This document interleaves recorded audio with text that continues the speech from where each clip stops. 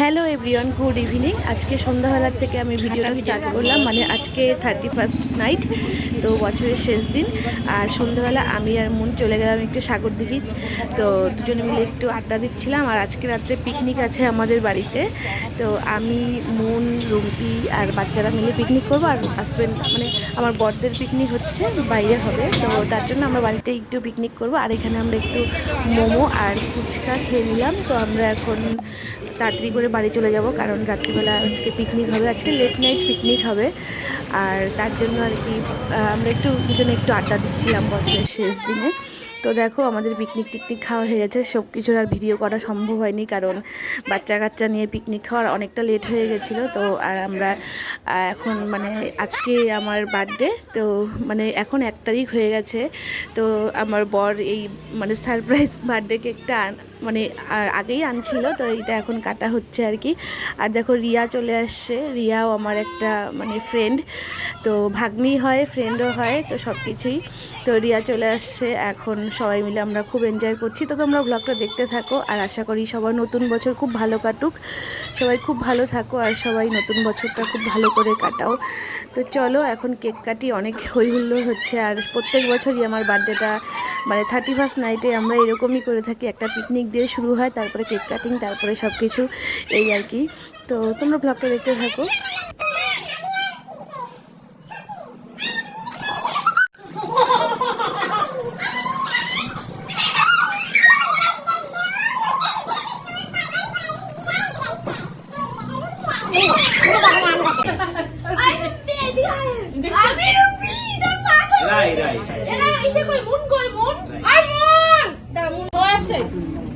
সবাই আসছে একদম। আমি আমার জান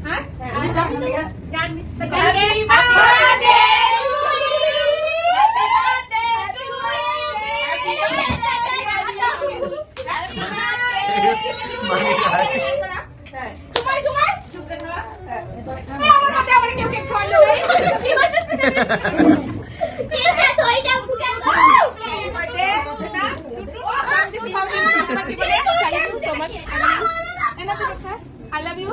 I love you too. আমার বড় কেক খাওয়া কি গিফট করব? নাকি বড় কেক খাওয়াই গিফট করব বলো? এটা বড় বাইট খাওয়া হচ্ছে, বড় বাইট খাওয়া। আমার চকলেটই পাই না। চকলেট? ও চকলেট কই? না দিদি নাই। আরে বড় করে দাও। আমি কেকটাকে কি হামলা করছি কি? কে? কেক দাও। দিদি দাও। সোনা দাও। ছোটকে সবটা দিয়ে খা। এই যে আমি না হাকার বড় করে না তার হাকার। তো বার্থডের দিন সকাল সকাল ঘুম থেকে উঠে এই মানে মটরশুঁটি কচুরি আমার ফ্রিজে মানে কড়াই থাকে, কচুরির পুরটা। তো সকাল সকাল পুরিটা ভেজে নিলাম, আর একটু আলুর দম আর বেগুন ভাজা করে সকালবেলা ব্রেকফাস্ট করে বেরিয়ে পড়লাম। আর যেহেতু আজকে মানে পূজা দিলাম না বার্থডের কারণে, কারণ আমাদের ছোঁয়া চলছে, একজনের বাচ্চা হয়েছে। তো এর আগে তোমরা যে স্বাদের ব্লগটা দেখেছিলে তারা জানো, তো তারই মানে ছেলে হয়েছে, তার জন্য আমাদের ছোঁয়া চলছে, পুজো পাল মানে একদমই বন্ধ। তো তার জন্য আমরা আর কি পুজো টুজো দিলাম না। আর আমরা এখন বাড়ি চলে যাচ্ছি, মানে আমার বাড়িতে যাচ্ছি। আর এটা হচ্ছে রাজা ভাত খাওয়ার একটা মন্দির, আর আমরা এখন চলে আসলাম রাজা ভাত খাওয়া। তো মানে কোচবিহার থেকে অনেকটাই দূর, আমরা এখন বাড়ি যাব। আর আমার বাড়ি হচ্ছে হ্যামিল্টনগঞ্জ, যারা আমার ভিডিও দেখো তারা তো জানোই আমার বাড়ি। তো আমরা ভাবলাম একটু ঘুরে টুরে এখানে খাওয়া দাওয়া করে যাব, তার জন্য এখন আর কি আমরা এখানে চলে আসলাম। আর এই জায়গাটায় আমি কোনোদিনও আসি নাই, এটা নতুন হয়েছে, তো খুবই সুন্দর, ফ্লেভার অফ ডুয়ার্স, খুবই ভালো লাগলো জায়গাটা, পরিবেশটাও খুব সুন্দর, একদম শান্ত স্নিগ্ধ। তো তোমরা চাইলে আসতে পারো। আর এই জানুয়ারি মাসে যাওয়ার জন্য একদম পারফেক্ট জায়গা, অনেকেই পিকনিক স্পটে আশেপাশে যায়। তোমরা যদি পিকনিক না যাও তো তোমরা ফ্যামিলি নিয়েও এখানে মানে ট্যুর করতে পারো।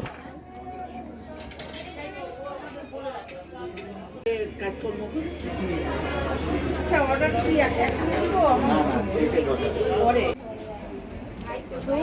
ভাই কই ভাই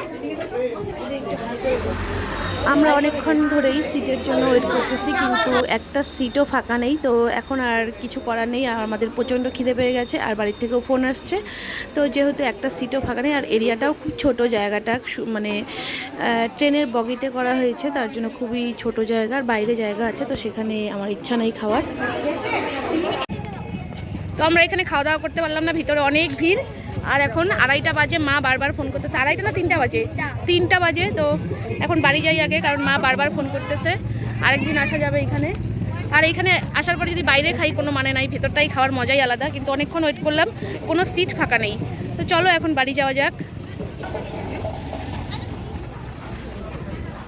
কিছু খাওয়া দাওয়া হলো না, আর প্রচণ্ড খিদে পেয়ে গেছে। এখন আর কোথাও দাঁড়াবো না, একদম সোজা চলে যাব বাড়ি। আর রাজা ভাত খাওয়ার থেকে আমাদের বাড়ি মাত্র 15-20 মিনিটের রাস্তা। তো চলো বাড়ি গিয়ে দেখা হচ্ছে। বাড়িতে আসার পরে সারাদিনে আর কোনো ভ্লগ করা হয়নি। আর বাড়িতে আসার পরে দেখলাম আমার বার্থডের জন্য সবাই সব কিছু অ্যারেঞ্জ করে রাখছিল। তো খুবই খুশি হয়েছি, প্রত্যেক বছরই মানে গত 2 বছর থেকে এরকমই হচ্ছে। তোমরা ভ্লগটা দেখতে থাকো। আজকের মতো এখানেই ভ্লগটা এন্ড করছি। দেখা হচ্ছে সবাই খুব ভালো থাকবে। আর ভিডিওটা ভালো লাগলে অবশ্যই লাইক কমেন্ট শেয়ার করতে ভুলবে না।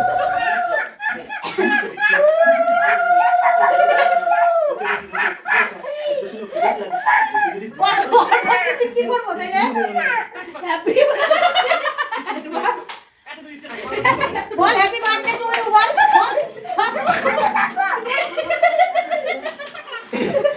ও বাবা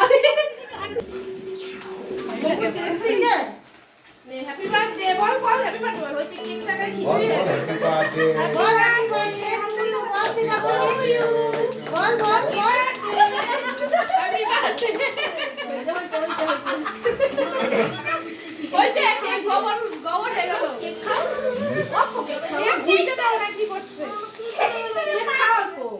বার্থডে মানে আমার বার্থডে সেই সেলিব্রেট হলো, মানে ঝড় আসছিল বার্থডের সময়, ডাকাত পড়ছিল বাড়িতে।